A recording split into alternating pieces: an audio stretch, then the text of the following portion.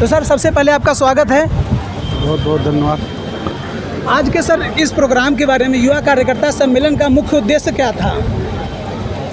आज के कार्यक्रम का जो मुख्य उद्देश्य है कि जो हमारा यूथ है, जिसके कंधों पर देश का भविष्य है, वो जागरूक हों, अपने अधिकारों के बारे में जानें, बाबा साहब ने जो संविधान लिखा है उस संविधान के बारे में जानें, और जो संविधान के तहत उसने हक हिस्सा मिला है उसके बारे में जान करके अपने हक अधिकार की लड़ाई लड़ें, देश को आगे बढ़ाने में मदद करें।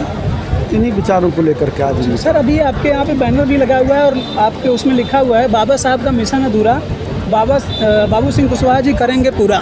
सर कैसे करेंगे पूरा बाबा साहब का मिशन अधूरा? बाबा साहब अम्बेडकर या महात्मा फुले, माता सावित्रीबाई फुले, छत्रपति साहू जी महाराज, संत गाड़गे, संतराम बीए, अहिल्याबाई होलकर, अवंतीबाई, स्वामी ब्रह्मानंद जी, ये सब लोग जो इस देश का वीकर सेक्शन है, जो पिछड़ा दलित कहते हैं, जिसको अक़लियत कहते हैं, जिसको जाति के नाम पर अपमानित किया गया, उन सबको उठाने के लिए मुझसे पहले बहुत सारे लोगों ने काम किया। मैं उनकी विचारधारा लेकर के चल रहा हूँ। हमारी पार्टी की वही विचारधारा है।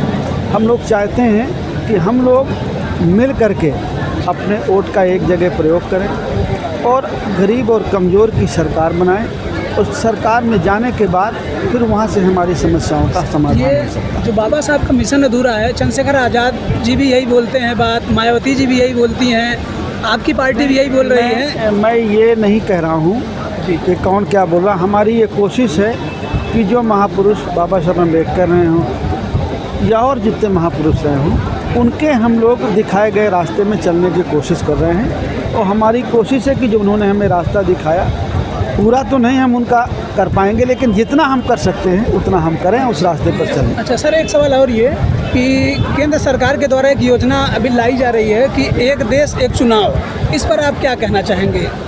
वो अभी लगता नहीं है कि अभी संभव है। अभी तो विशेष सत्र आया था, उस पर तो आया नहीं है। फिलहाल तो अभी ये संभव नहीं। अच्छा, अभी विशेष सत्र में महिला आरक्षण बिल पास कर दिया गया, ओबीसी महिलाओं के लिए रिजर्वेशन भी नहीं मिला, इस पर क्या कहना चाहेंगे? क्योंकि सभी लोगों ने समर्थन किया, केवल ओवैसी की पार्टी, ओवैसी जी और उनके जो एक सांसद जलील, इम्तियाज़ जलील, यही दो लोगों ने इसके विरोध में वोट किया है। देखिए, हम ये नहीं कह रहे हैं, हम ये कह रहे हैं कि हमारी माताओं बहनों के लिए जो बिल आया, लेकिन बिल आज आया है क्योंकि 5 राज्यों में मध्य प्रदेश, छत्तीसगढ़, राजस्थान, तेलंगाना में 5 जगह चुनाव है।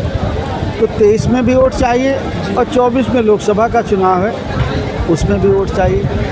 पिछड़ी जाति की महिलाओं के साथ तो धोखा है ही, उनका तो रिजर्वेशन है ही नहीं है। लेकिन सबसे मज़ेदार बात है कि अभी किसी को नहीं मिलना है।